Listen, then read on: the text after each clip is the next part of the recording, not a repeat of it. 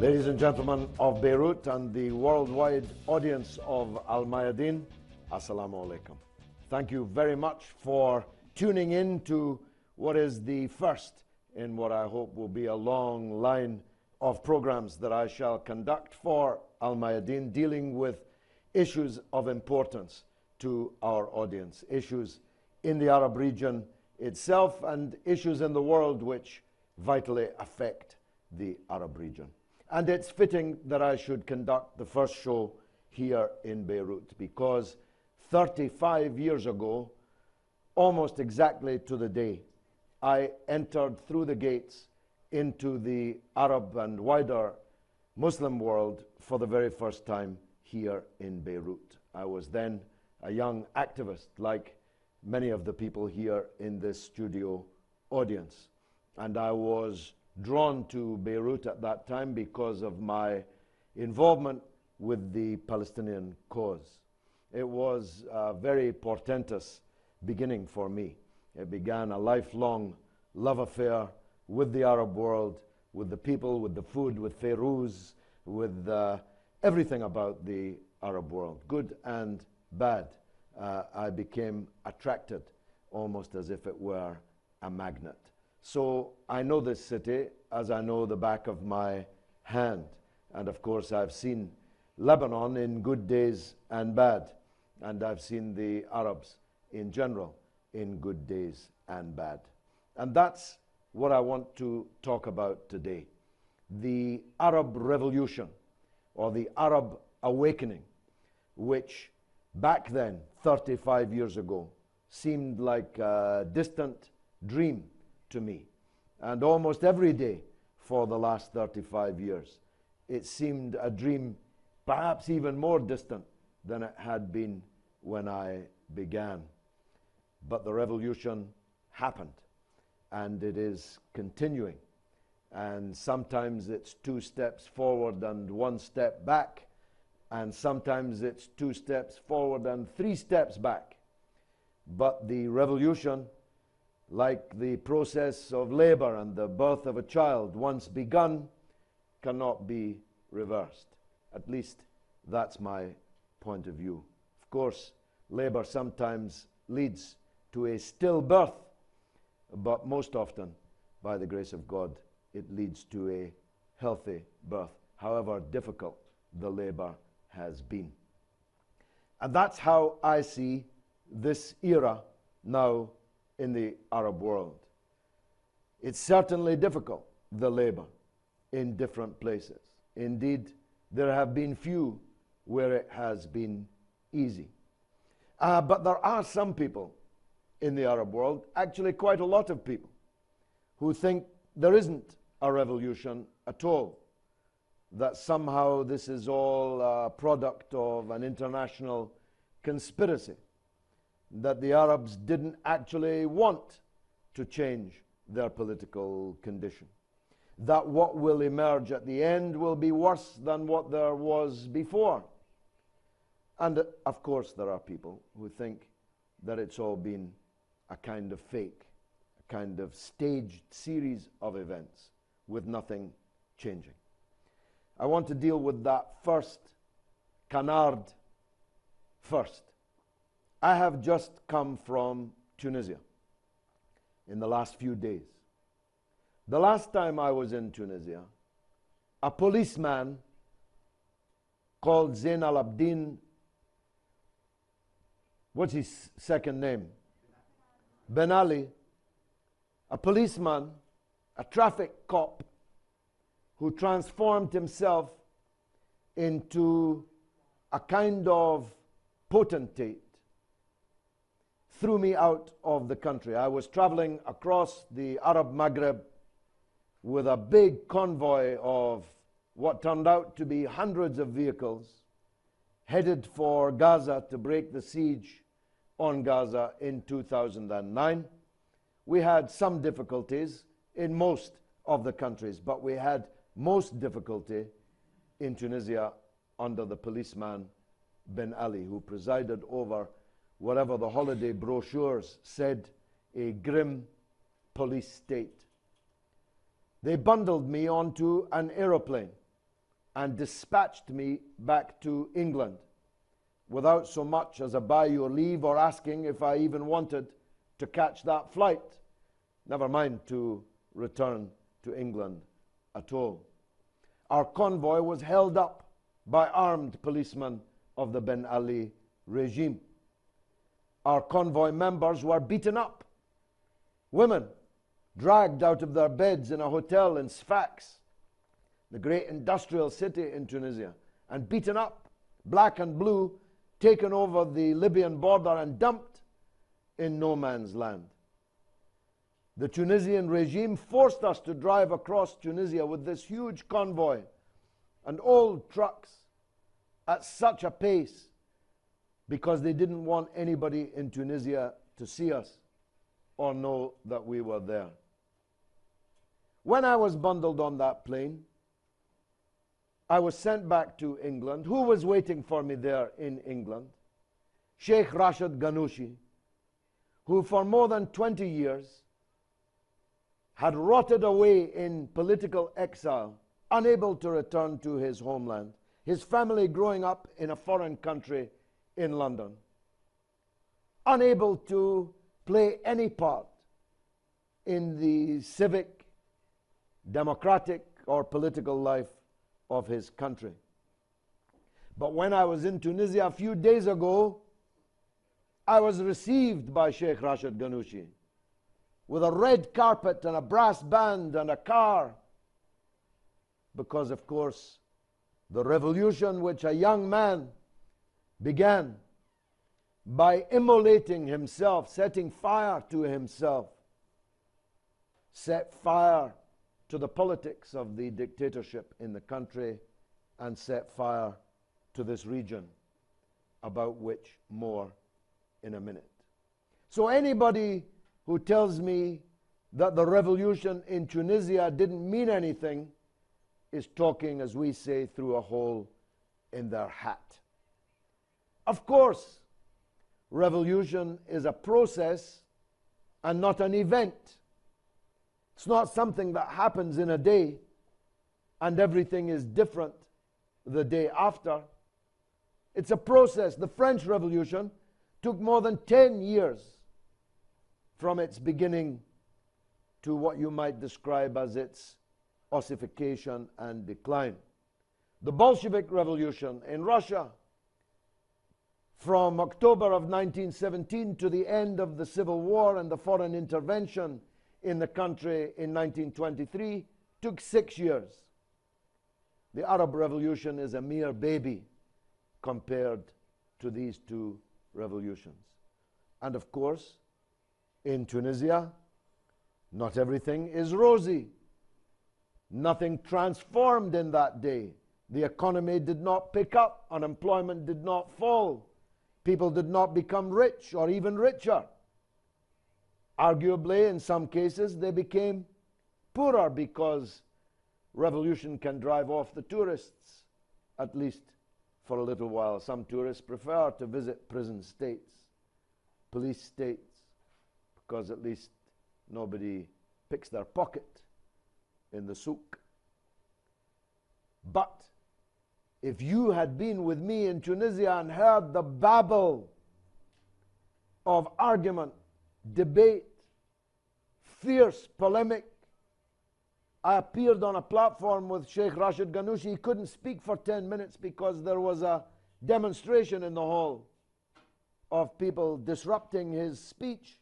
And he sat there like a sphinx until the demonstrators had got their point across and out of their system, and then he could proceed. Can anyone imagine that Ben Ali could have been interrupted in such circumstances? The people doing the interrupting would have been taken away by the mukhabarat, the secret police, and tortured, if not executed. And Tunisia was by no means the worst of the Arab dictatorships. Some of them would have been shot down there on the spot in the hall in some Arab countries. So don't tell me that revolution didn't change anything in Tunisia. 2 weeks ago, 3 weeks ago, my wife and I were in Cairo in the middle of the tumult of a presidential election in Cairo. The last time I had been in Cairo, some of you may remember, I was arrested by Mubarak's forces. I was taken in an unmarked car to God knows where. It seemed at the time. I phoned the British ambassador from the car and told them, men have kidnapped me. They won't tell me where I'm going or who they are. I was taken into the airport in Cairo by 23 secret policemen. Just to test it, I got up and went to the toilet, and all 23 of them came to the toilet with me. It was one of the funniest scenes. It was like an Egyptian movie. They didn't even pretend to need the toilet. They just stood around me in the toilet. As I was being bundled onto the plane, a little man from the foreign ministry of Mubarak's dictatorship stepped forward and said, Mr. Galloway, I have to inform you that you are persona non grata in Egypt, and you will never be allowed to return to this country ever. I told him ever is a long time.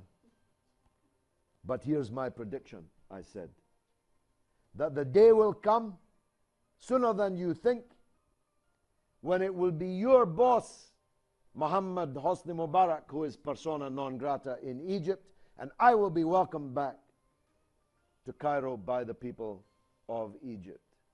Did that happen? Of course it did. Mubarak is in jail, pretending or otherwise to be mortally ill. I don't know which. His sons are in jail. His ministers are in jail. The Speaker of the Egyptian Parliament, who made an official complaint to the Speaker of the British Parliament, in which I've sat for 25 years, and who denounced me in withering terms, is in jail on trial as a thief. A thief on a scale that Al Capone and the American mafia could never have dreamt of. The masses are in Tahrir Square again, in their hundreds of thousands, and in Alexandria and in Port Said, in the great cities of Egypt. A genie is out of the bottle, which will never be able to be put back into the bottle. Now, of course, the revolution in Egypt is not complete. We still have a military junta calling most of the shots.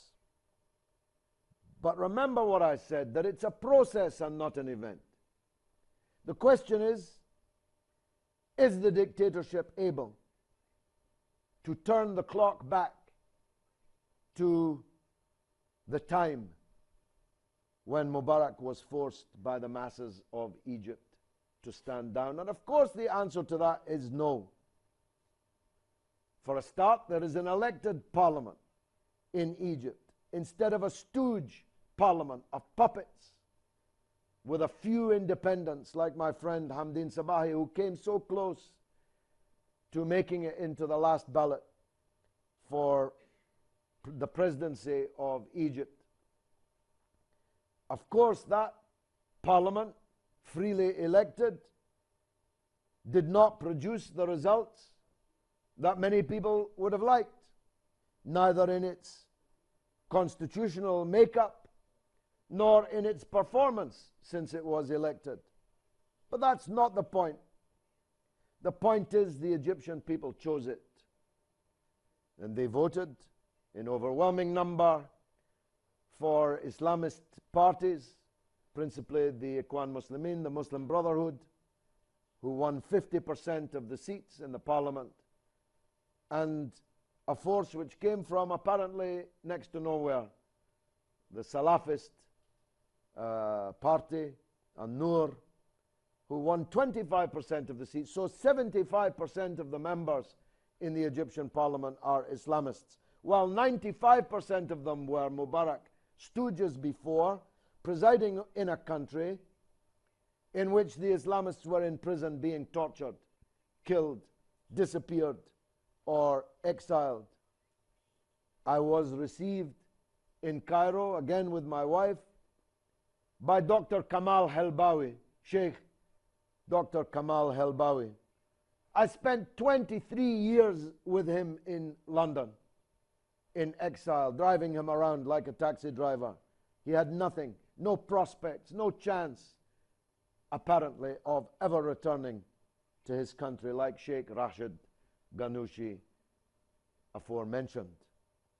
Now, Dr. Helbawi is a central figure in politics in Egypt. So don't tell me that the revolution didn't change anything in Egypt. Of course, it didn't change everything. It didn't change as much so far as we, or more importantly, the masses who made it and the martyrs who gave their blood to achieve it would have liked. But that the genie is out of the bottle, that the labor has begun, is incontestable if viewed objectively. And of course, there are other revolutions. I have to mention them because, hey, nobody else does. Not in the Western media, not in almost all of the other Arab media. There's a revolution in Bahrain, which is actually, per head of population, the bloodiest revolution of them all. If you look at the death toll of the revolutionaries fighting for democracy in Bahrain and scale the population of Bahrain up to this level, say, of the population of Egypt, then more than 12,000 people would have died in the course of that revolution. Now, why is this revolution never mentioned in the media? Well, there are many reasons for that, and that's the subject to which I must now turn. Because the Western powers and their puppets amongst the Arab dictatorships which continue to exist don't want to see the success of the revolution in Bahrain. And the question why is what I turn to next. Here we have to go back. I mentioned that I had spent 25 years in the British Parliament, and I have just recently been re-elected for the 6th time to serve there again. This means that every day I have to walk past the very room in which Mr. Sykes and Mr. Picot, with their maps and their rulers and their pencils and their feather-quilled pens, divided the Arabs on an entirely fake basis in order to assert their own control over an Arab world which in their farsightedness they could see was in the 20th century and the 21st destined to be one of the most strategically important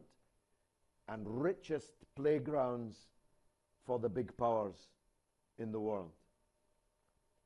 Mr. Sykes, Mark Sykes, was a very interesting character. He achieved something almost unbelievable. He hated Arabs and Jews. He was a vicious, foul, wicked, racist, anti-Semite, and his views about the Arabs were, if anything, even worse. But he knew, Mr. Sykes, that if the Arabs could be fooled into accepting the fake division of their lands, that the big powers, the empire, principally the British Empire from his point of view, but they were ready to give some crumbs from the table to the French, the empire would successfully be able to steal your things. because that's what empire is for. The great George Orwell, in his first novel, Burmese Days, drawing eponymously on his own experience as a British colonial official in Burma, now Myanmar,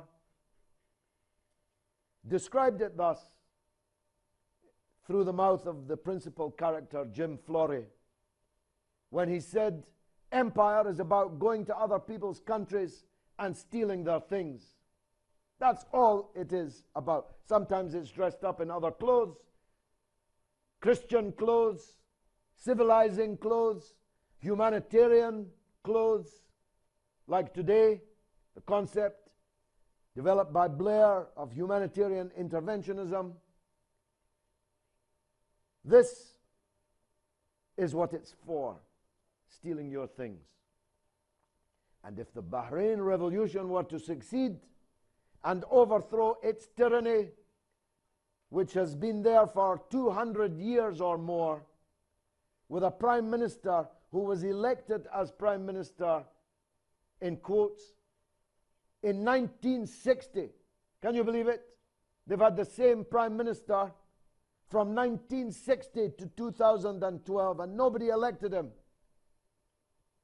He became prime minister before the Beatles had been born, and the Beatles are 30 years dead, 40 years dead. This dictatorship, if it falls, will bring the next door dictatorship falling down. What's the next door dictatorship? So-called Saudi Arabia, the biggest prize of them all and the darkest tyranny of them all, much darker than Ben Ali or any other. I'm going to take your questions and answers after the break. So let me turn now to what I am sure will be an important part of that Q&A. And that's the situation in Syria, next door to you. Let me give you a health warning, first and foremost. I am not now, nor have I ever been, a supporter of the Syrian regime. I have a house in Portugal called Casa Telazatar. Why Telazatar?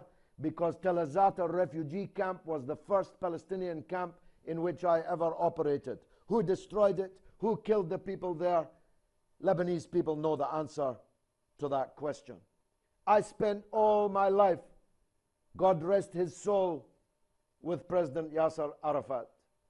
I have never been with the Syrian regime. Second, the Syrian people have just demands of the autocracy which rules them. They have legitimate grievances which should have been dealt with in a different way to how they were dealt with. I personally appealed to President Bashar al-Assad immediately after the Tunisian Revolution to call a free democratic presidential election in Syria. Personally, I told him, if you do, you'll win, and you'll be the only legitimate Arab ruler from Marrakesh to Bahrain. But he did not do so. So I am with the Syrian people's legitimate demands, but I will never support the destruction of Syria. I will never support the invitation to the Crusaders to come back to Syria. I will never support my army, my air force in England bombing the holy land of Syria, the beautiful citadel of Arabism, of Arab resistance to colonialism. Don't ask me to support that. What's even more amazing is that some of you should support that. What kind of Arab revolution would require the presidents of America, Britain, and France to bomb your country? What kind of Arab revolution would that be? So a principle for me is that the Arabs must liberate themselves. Because if the foreigners, the Khawaja, If the imperial powers come to liberate you, it won't be liberation at all. Ask the people of Iraq. Ask the people of Libya if they have been liberated by these crusaders or merely exchanged a small tyrant for a bigger tyrant, a bigger tyranny, the imperial system itself. I come from an Irish background. I know about empire. My Irish grandfather told me when I came home from school and told him, the teacher said the British had an empire so huge that upon it the sun never set. He answered, that's because God would never trust the British in the dark. Don't trust the British in the dark, or the light, or the French, or the Americans, or any of these people who want to come and find a new basis for stealing your things. Another 100 years of stealing your things. The first having failed, the new Sykes-Picot is busily being prepared. I'll be back, God willing, after the break, taking your questions and giving my answers. Assalamu alaikum.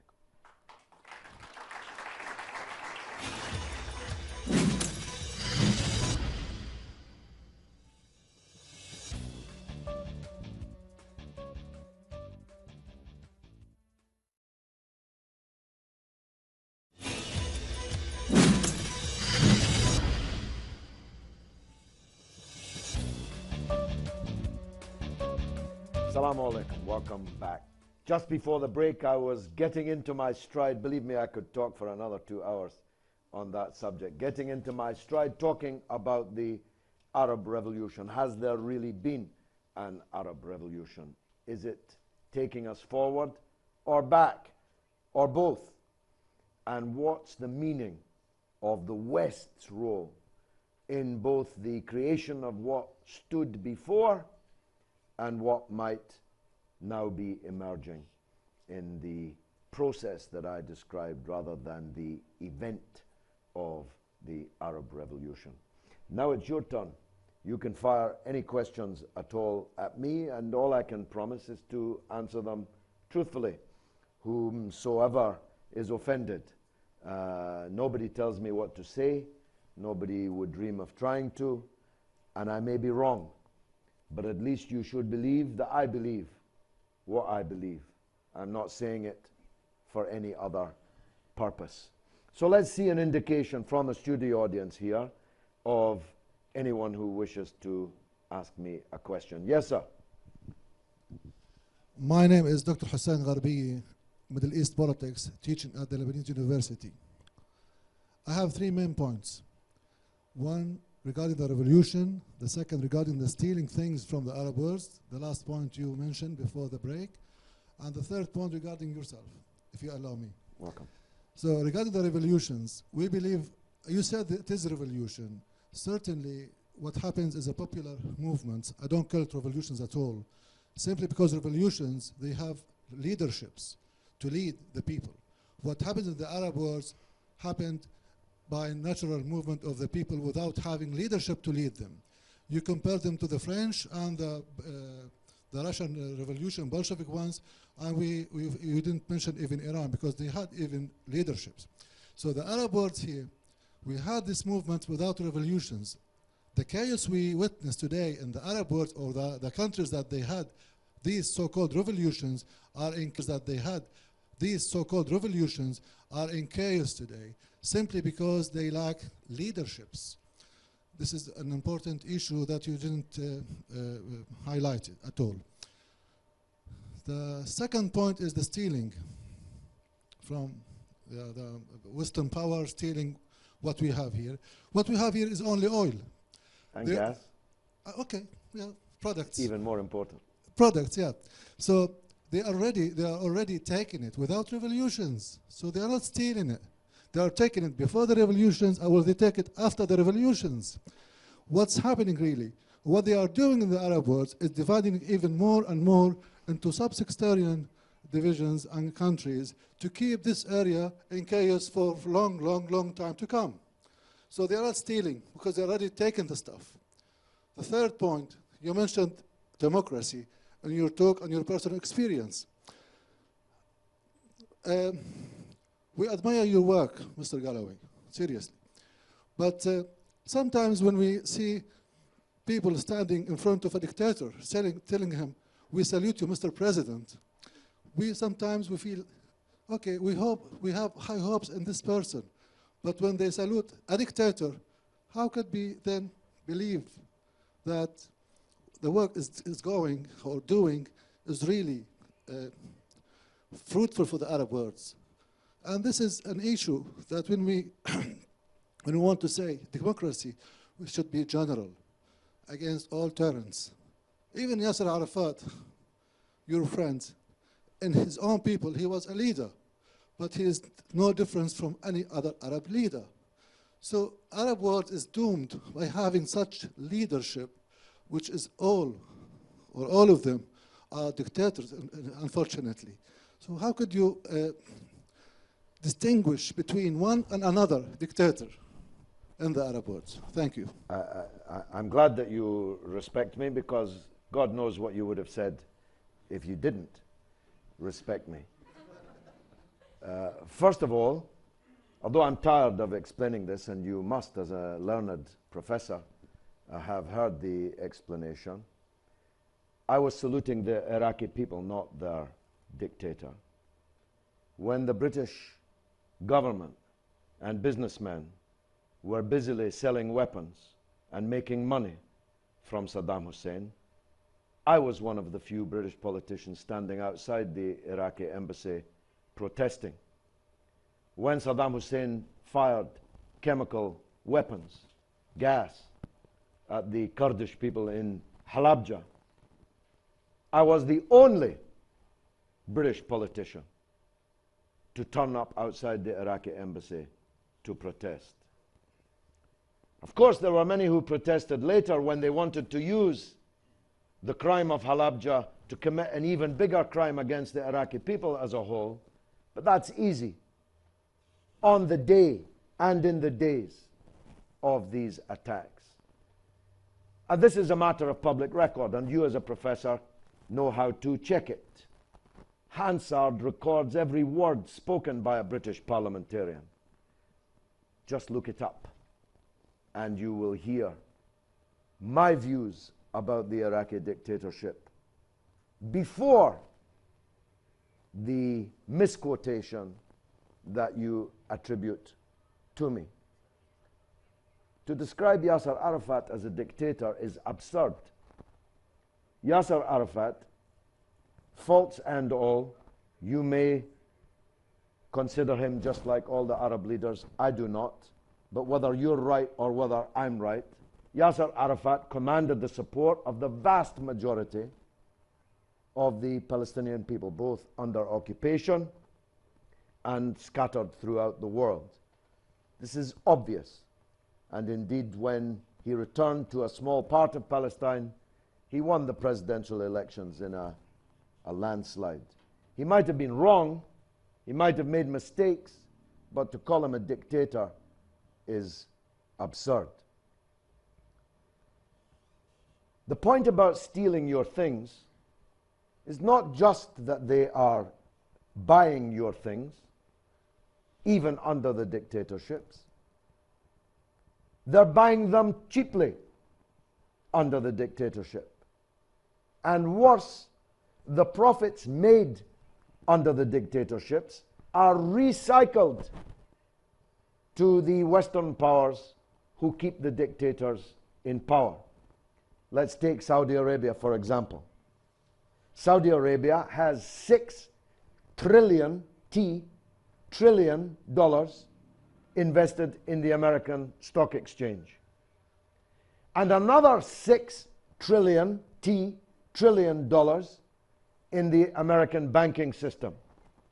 That's $12 trillion, which belongs to the Arabs, which is the bounty of resources that were given by God to the Arabs, but which were stolen, a small part by the dictatorship in Saudi Arabia itself, but most of it in the Western capitals, in their stock markets, in their banks, spent in their arms bazaars, spent in their casinos, in their bordellos, in their property markets. That's the theft I'm talking about. Of course, the West can buy oil from a dictator, but only a dictator will spend the money that he made from the oil on himself and on the people who are keeping him in power. If so-called Saudi Arabia had a democratic government, it would have to take that 12 trillion back and spend it on the people of Arabia, and not just the people in the state itself, but the people around it, if it was an Islamic government, of course. Because Yemen, next door, is the poorest country, not only in the Arab world, but arguably the poorest country in the entire world. While Saudi Arabia, its neighbor, its fellow Islamic country, has $12 trillion in the American stock market and the American banks, and has just bought from the British, God knows what they're buying from the others, another $3.6 billion worth of useless weaponry from British aerospace as a kind of protection money to the people who help to keep the dictatorship in power. So if you had a democracy, it would not be able either to sell its resources more cheaply than they ought to. You must know that Mubarak sold Israel gas from Egypt cheaper than he was selling it on the streets of Egypt to his own people. In a democracy, no ruler could do that. You'd have to charge the right price for your product, and you'd have to spend the money you got for your product in your own country, on your own people, according to the priorities that they set. Now, a revolution doesn't become not a revolution because you, Professor, don't approve of its leaders. I don't know what definition of revolution that is. You don't approve of their leaders, you call them leaderless, therefore it's not a revolution. I don't follow even the logic of that, let alone the politics of it. Sheikh Rashid Ghanouchi was the leader of the Tunisian revolution, and Nahda won a landslide victory in the election. That sounds like leadership to me. Now, he may fail, he may not be a great leader. I speak for him only as my friend and a man who taught me many things about Islam and other things. He might not be any good, but he is a leader. And they did rid themselves of their dictatorship. A revolution is a complete change. And a revolution is a process. So is there a process of complete change going on? And what you call chaos, I call revolution. I don't know if you know of any revolution in history where there was no chaos. You obviously haven't studied the French Revolution. There was a lot of chaos, a lot of heads being chopped off, including the king and the queen. There was blood in every street in France for 10 years. There was a state of total upheaval, but at the end of it, no king or queen ever ruled France again. In the English Revolution, which took place 150 years before the French Revolution, and they don't call it a revolution, but they cut the head off the king and broke the power of the royal autocracy, a royal autocracy which continues to rule in many countries around about here. But in England, it was broken by Oliver Cromwell and the parliamentary army and the masses of the people, who broke that power and cut the king's head off, literally. That's chaos if you're a supporter of the king. If you're one of Marie Antoinette's ladies in waiting, no doubt you look out the window and see the tumbrils and Madame Guillotine and say, that's chaos. But I call it something else, not chaos, but a process of revolutionary change. And you can't make an omelette without breaking eggs. Any cook will know it. And there's many eggs being broken, some that shouldn't be broken, broken messily, spilling, staining. Very inconvenient revolution. But what's the alternative? As President Kennedy, God rest his soul, put it, those who make democratic change impossible make violent change inevitable. So blame the tyrants who have made violent change inevitable because they made peaceful change impossible.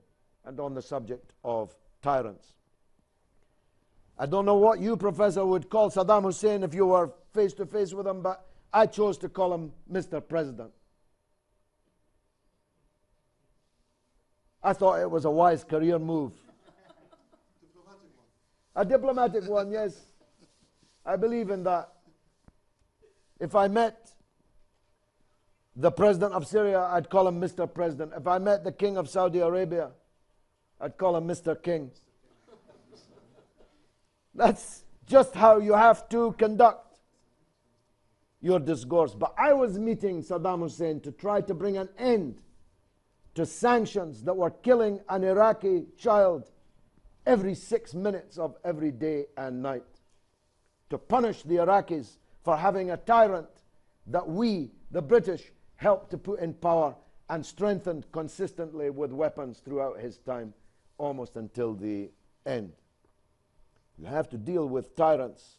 The question is, and again my record is clear, in Parliament, in Hansard, on YouTube, in 12,800 videos the last time I looked, not one of which was put there by me. I have spoken absolutely consistently against dictatorship and in favor of the Arab people's potential, which I believe to be the potential of a superpower. Let me squeeze in one more question before the next break. The young lady in the second row. Manuel Lamshek, Lebanese University, from the Faculty of Information and Documentation. As we know, during the siege of Gaza and while the convoy named Shiryan al-Hayah was entering to Gaza, the Egyptian government tried to force it, to stop it. What was your reaction when you saw an Arabian individual called Muhammad? Preventing humanitarian aids to Palestinians? And do you think that because of Israeli dictates, and do you think that Egypt after its revolution still follow the yes formula between quotations for Israeli dictates? Also, I had a question about Syria. It's not the matter of applying demands for the Syrian people. It's the matter for what the Western wants. They want as what Israel wants. Galloway wants to make agreement, a peace agreement with Israel. So they want to bring down Assad for this reason. It's not the matter for applying demands. Assad does apply demands for that. Yeah. So what can... Well, these are two very big questions, and because the professor and I spent so much time on the first question, I'm going to have to answer that after the break, but I look forward to getting to grips with both of those points, particularly the second, because I suspect that the audience here and watching internationally on their televisions are most vitally interested in this question. So I'll be back, God willing, after the break.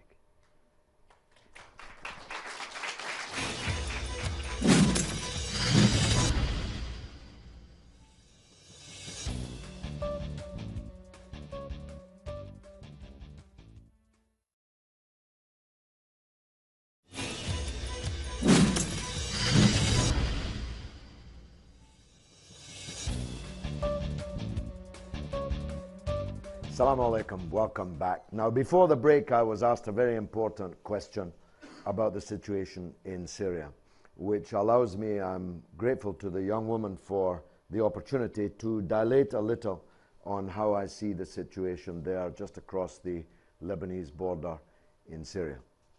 First of all, the reason why Israel, America, Britain, and France hate the Syrian regime is nothing to do with a hatred of dictatorship. After all, these very same countries are absolutely in love with other dictatorships, indeed arming and making possible the continuation of those dictatorships.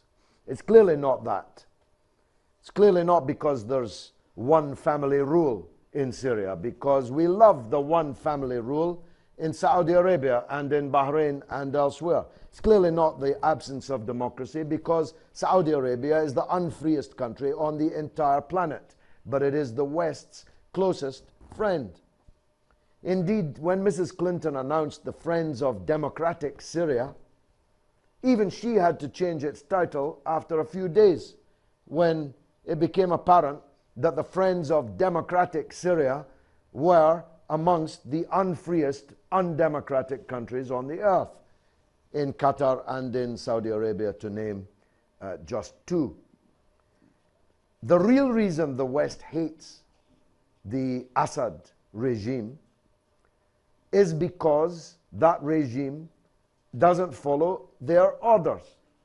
It's because that regime continued to host the Palestinian resistance when nobody else would host them. Now I think some of them moved to Doha, but before, Doha was not open to them. Some are talking about moving elsewhere, but before, these places were not open to them. But Syria hosted the Palestinian resistance leadership. They hate Assad because he refuses to cut the link between Syria and the Lebanese national resistance.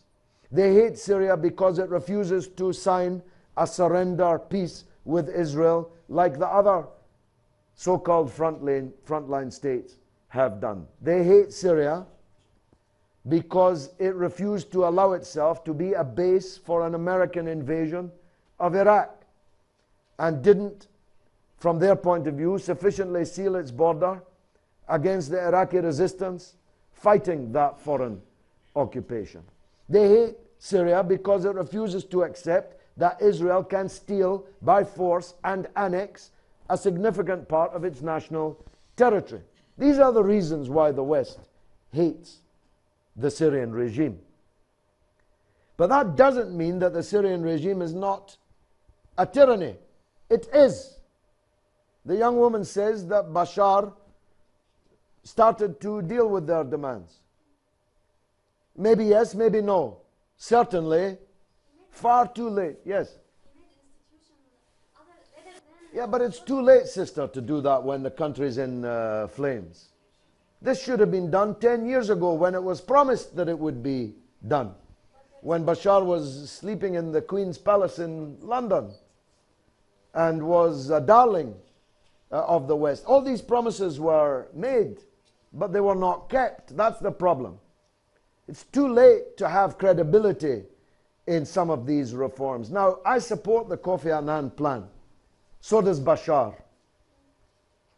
So does Russia. So does China. So does most of the world, actually, except the so-called international community, which, so far as I know, seems to add up to Britain and the United States. I support the Annan plan. We must have a transition to democracy in Syria, because I tell you, the era of dictatorship in the Arab world is over. That show is over. Whether they are anti-imperialist dictators or pro-imperialist stooge dictators, it's no longer possible to continue with the old ways. Now, I'm not a fool. I know why the West is attacking Syria. I know why the Western media is fixated on the Syrian revolution and never mentions the Bahrain revolution. I know all that. But that does not mean that the right of the Syrian people to live a democratic life like other people, free from the fear of mukhabarat, free from rampant corruption and all the other problems that Bashar himself acknowledges exist in Syria. The Syrian people have that right, and I'm with that right. Just don't ask me to send my army to bomb them. Now, who's going to be next? Okay, but another question.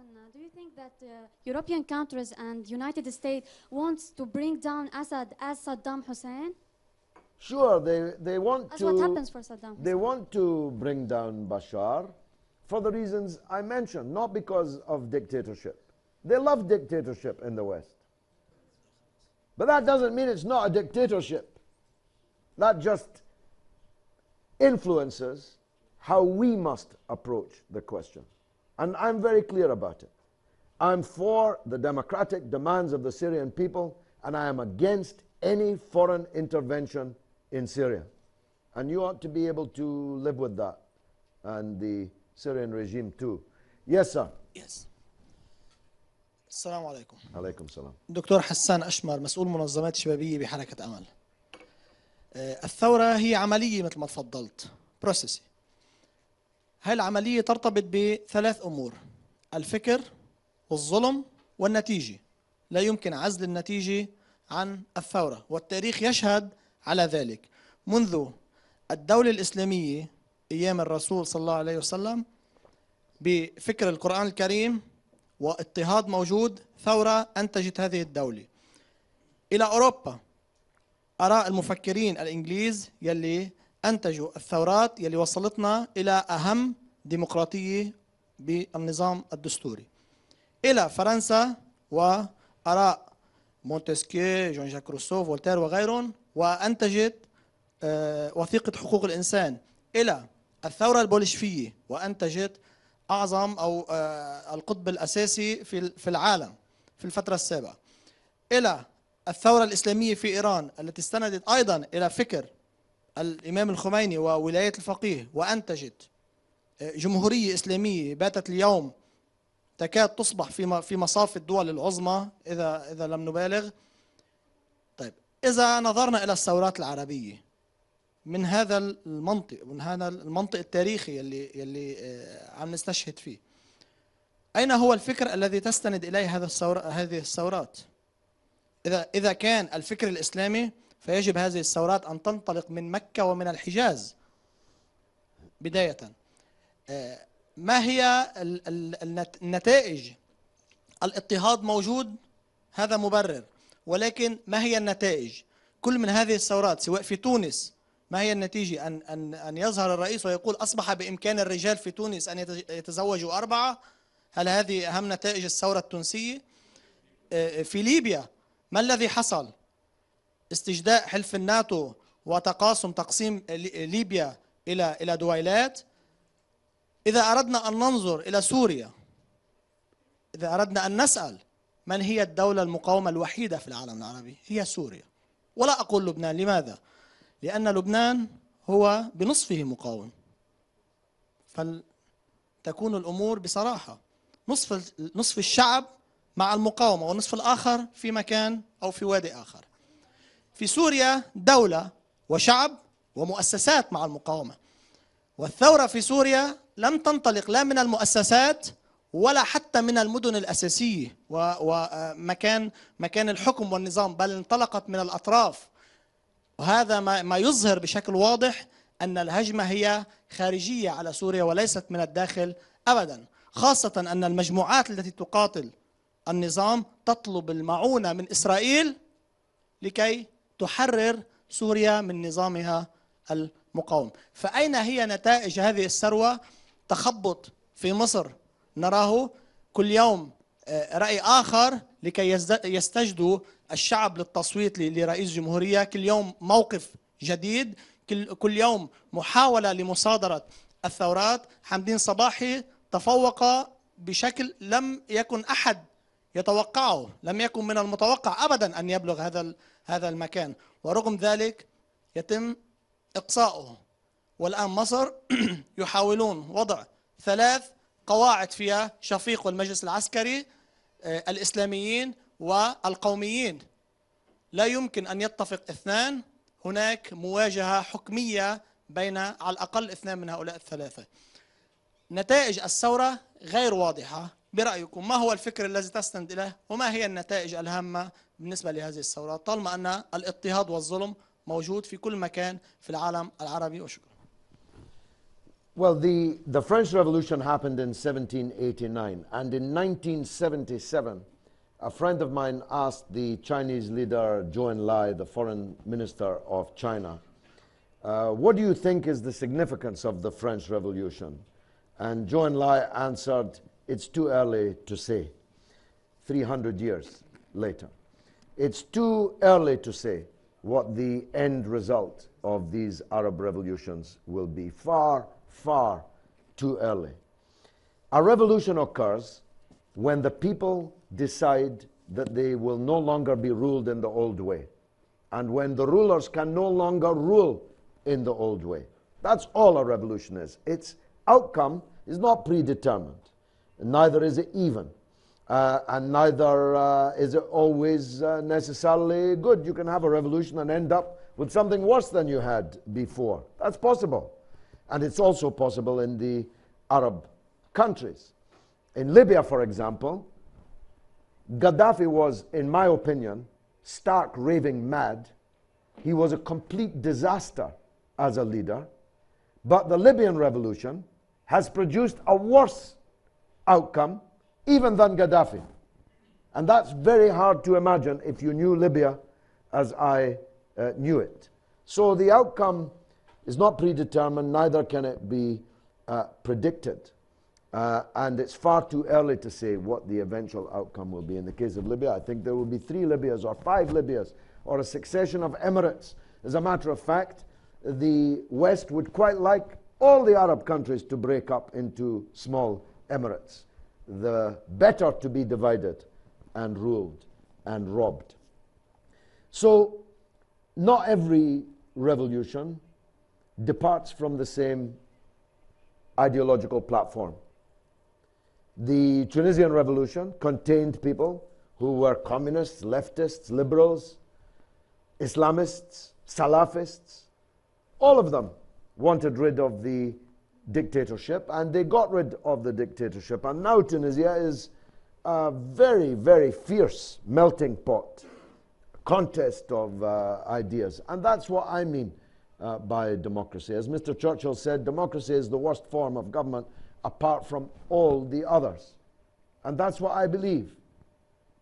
Not because I'm an elected politician, but because I've seen all the other systems up close and personal. And believe me, a polity where the people cannot remove their government is the worst case scenario.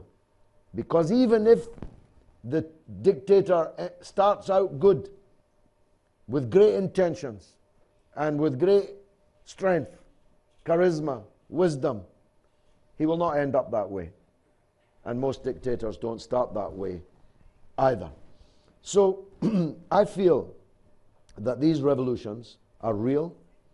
I don't believe they were, foisted on the Arabs from outside. The idea that the West wants this kind of chaos rather than the stability of the tyrannies they had before, it's ridiculous. Of course, now that these revolutions have begun, the West has to try to ride the tiger, try to sit on the tiger's back and guide it back behind bars. That's what they're trying to do.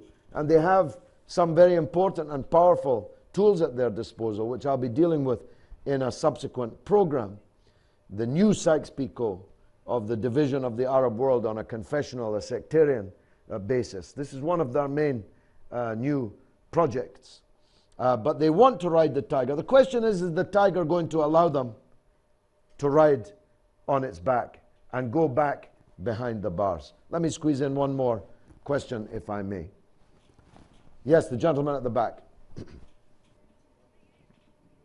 أحمد تعبانات تنظيم الشعب المصري.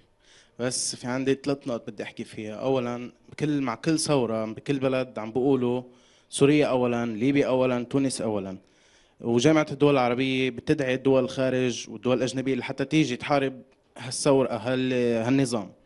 نسوا يقولوا إنه في شيء اسمه العروبي أولاً، ونسوا يقولوا إنه في شيء قضية فلسطينية إلى أكثر من 66 سنة هي لازم تكون أولاً. فأنا بسألك أول سؤال، شو وجهة نظرك أو شو رأيك من تقاعس العرب عن القضية الفلسطينية؟ ثانياً بدي أسأل شو رأيك من اللعب الأمريكية اللي عم تلعبها بالشرق الأوسط، إنه عم تخلفهم سني شيعي مسلم مسيحي، مثل ما صار بالعراق قلبت النظام كان سني بدها تقلبه شيعي، وبسوريا عم تلعب سني علوي، وبمصر عم تلعب كمان مسيحي ومسلم. ثالثا امريكا هلا عم تدعم الثوره السوريه يلي من ضمنها اعضاء من القاعده، رجال من القاعده، فلا ترى ان امريكا بدات تدعم القاعده؟ شكرا. Well, I'm a supporter of Arab nationalism. I believe that the Arabs could be one, should be one from the Atlantic to the Gulf, and that if they were, then nothing would happen in the world without the agreement of the Arabs. I believe in the Arabs more than the Arabs believe in themselves. I believe that the Arabs can be a superpower in the world with all this oil, all this gas, 350 million people, one language, one God, one culture. This should be a superpower, and look at what it has been, and even to some extent what it is, and compare that with a superpower.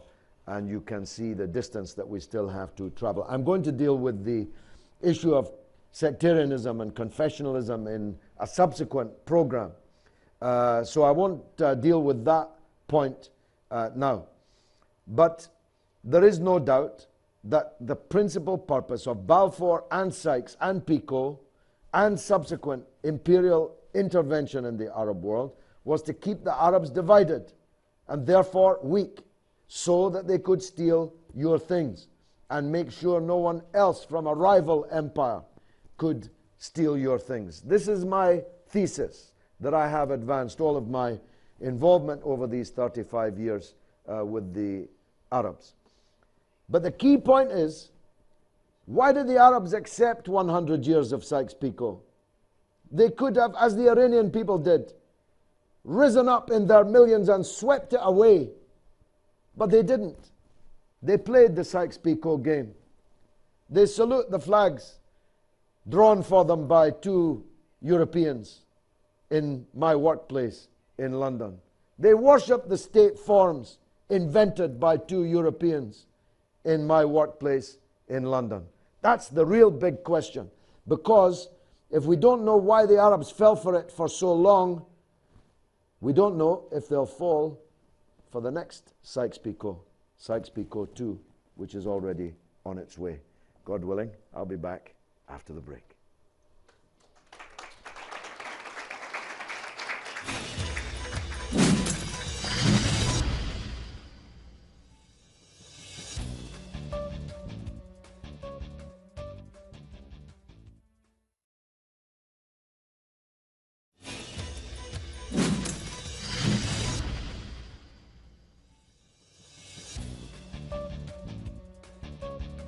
Assalamu alaikum, welcome back. Now, it's the last segment of the show, so I'm going to fire straight into more questions with my answers. Yes, the lady in the second row. My name is Samia Tal. I study in both the Lebanese and the American University of Beirut. I just want to talk about the Syrian revolution. I've realized that you've supported clearly and totally both the revolution in Egypt and Tunisia, although it came with a price. We've seen destruction, we've seen dead people, but I really don't understand why you're not totally supporting those people in Syria dying every day. You obviously prepared that question before you actually heard what I had to say about Syria, because to characterize my position as not being with the people who are dying every day in Syria is belied by everything that I've said about Syria over the last hour or more. The matter is really simple. I want to see a transformation of the political situation in Syria. The question is how we get there. I believe that we should get there through the Kofi Annan plan, by dialogue, negotiation, and by peaceful and democratic means. Most of the world supports that. The Syrian regime has accepted that. The only people rejecting it are the Crusader powers and their political allies in the Syrian revolutionary camp. And that's a big historic mistake by that revolutionary camp. Who is that revolutionary camp? Well, some of them are employees of the Crusader powers. I don't want to name names because I don't have time, but you must know who I'm talking about. People who are based in Paris, based in London, based in Istanbul. These are the same kind of employees that the so-called Iraqi opposition consisted of before the invasion and occupation of Iraq. They are servants of the Crusader powers. That's why they're asking the Crusaders to bomb them, because the Crusaders are asking their servants to ask them to bomb them. It's really not rocket science. The second reason is that Syria is a fantastically more complex place than Libya. In Syria, there are 26 religions, sects, confessions, ethnicities, at least 26. Syria is a potential powder keg. And this revolution that you talk of, sitting as we are here in Lebanon, has the capacity not just to destroy Syria, but to destroy Lebanon also, and to destroy Iraq again.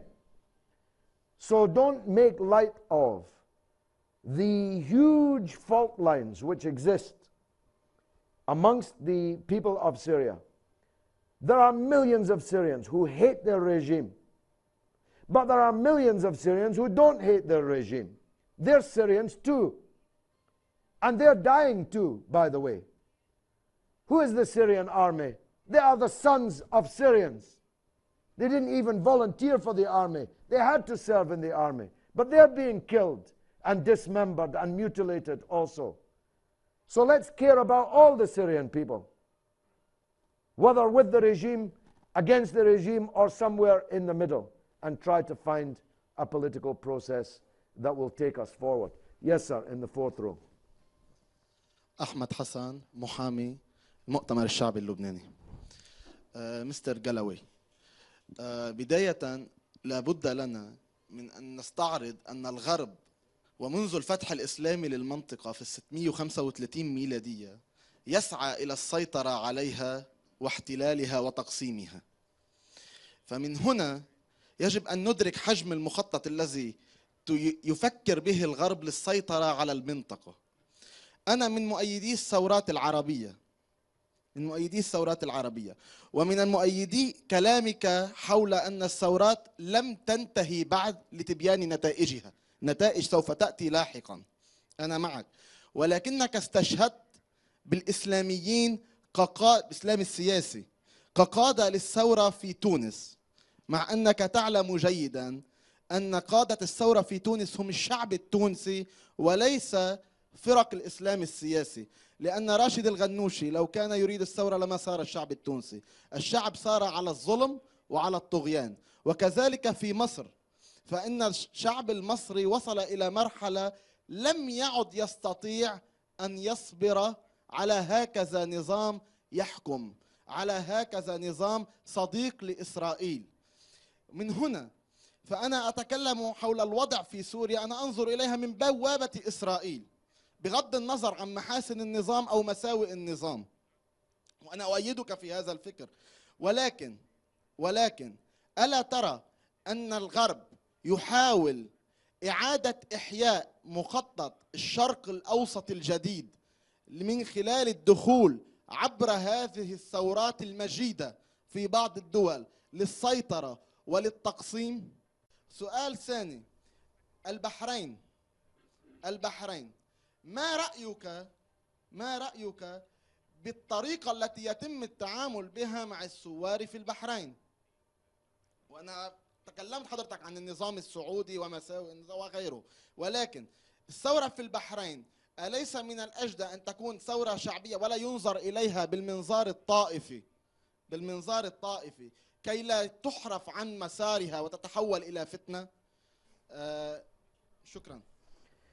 Well, on Bahrain, look, I don't know, neither do I care what the religion, still less which part of the religion, is felt by the mass of the people in Bahrain. I support one man, one woman, one vote in Bahrain, as I do in every country.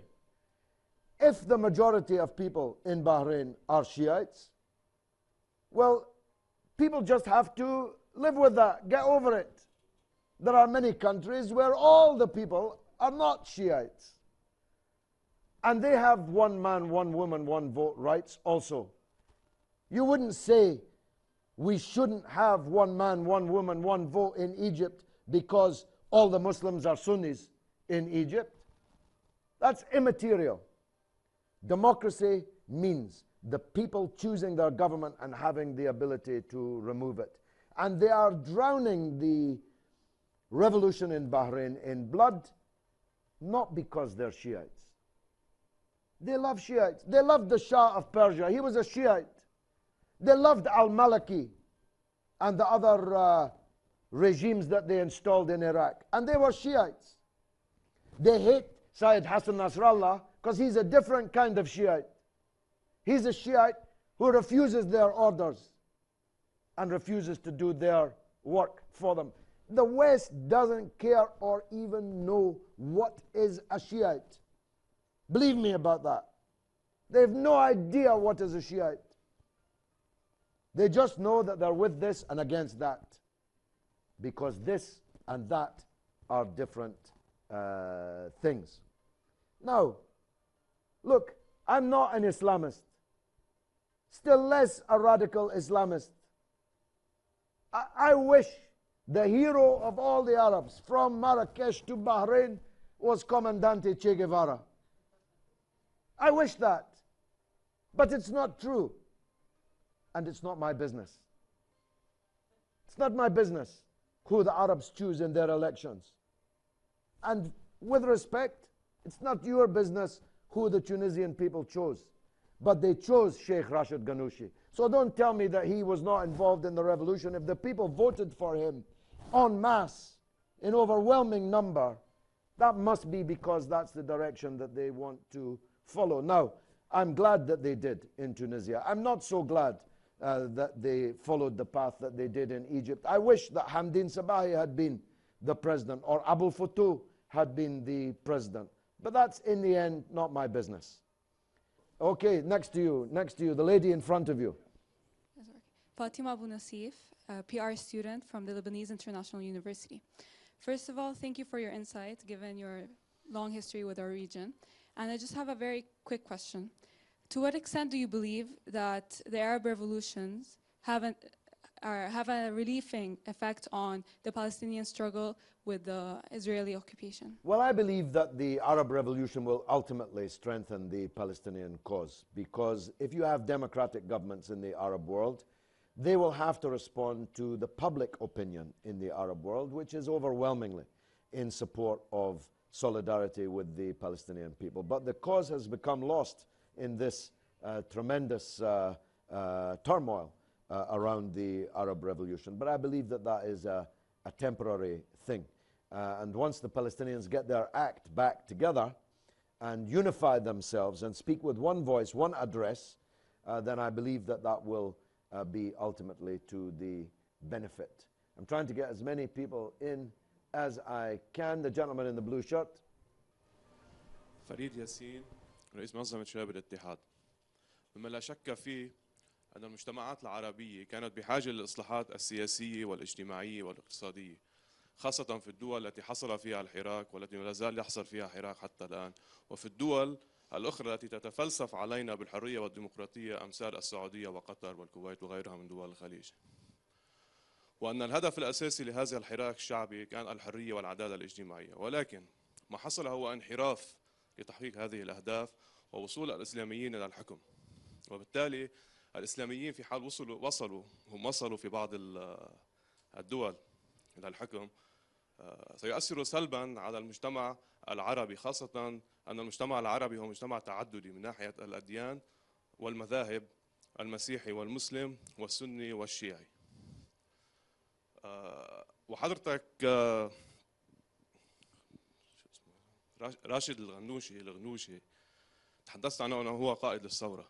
مع احترامنا لرأيك، راشد الغنوشي في بداية وصوله إلى الحكم في محاضرة في مجمع يهودي في أمريكا طمن إسرائيل أن هذه الثورات لن تؤثر سلبا على العلاقة بين تونس وحتى مصر من ناحية مع إسرائيل. فسؤالي هو إن لم تكن هذه الثورات وصلتها فلسطين ففعلا هذه الثورات هي ثورات مشبوهة، وبالتالي نحن لا نؤيد هذا الحراك الذي لا يوجه بوصلته إلى فلسطين المحتلة.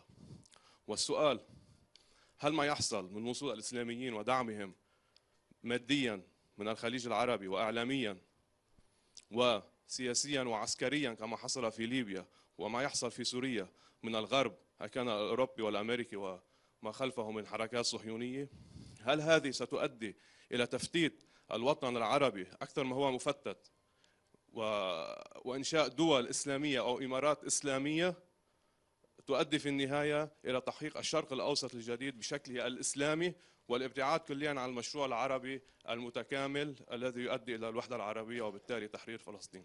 شكرا.